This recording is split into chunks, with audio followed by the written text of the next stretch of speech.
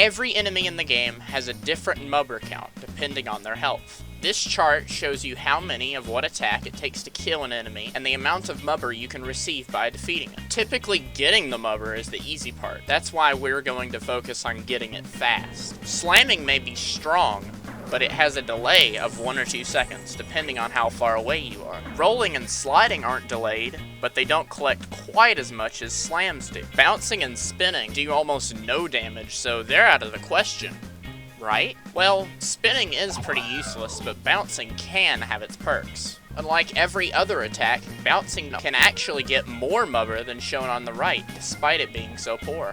Your first bounce will always leave you with 2 Mubber, unless it dies in one bounce. But if you manage to land on enemies continuously without touching the ground, you can turn those 2 red ones yellow. Bouncing can be useful on enemies that die in one hit as well, but you'll want at least 2 enemies to really get cooking with them. In fact, grouping the enemies together like this will probably be useful all the way up until Clown.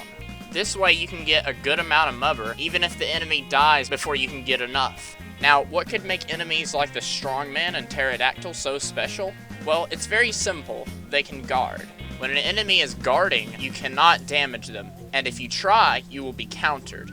Except if you bounce. Bouncing is the only attack that can't be countered. The attack will be blocked, but while their health doesn't diminish, you do get something out of bouncing on them. Just like before, every time you bounce, your Mubber value increases, but now that the enemy doesn't get damaged, for some of the bounces, your Mubber will increase tons faster than before. Other enemies, like the Walking Armor and Firewoman, can guard, but their block only works on the side of them, not above them. And yes, the Walking Armor, when upgraded, can fully block, but the only level he's in is a level in which you need no Mubber.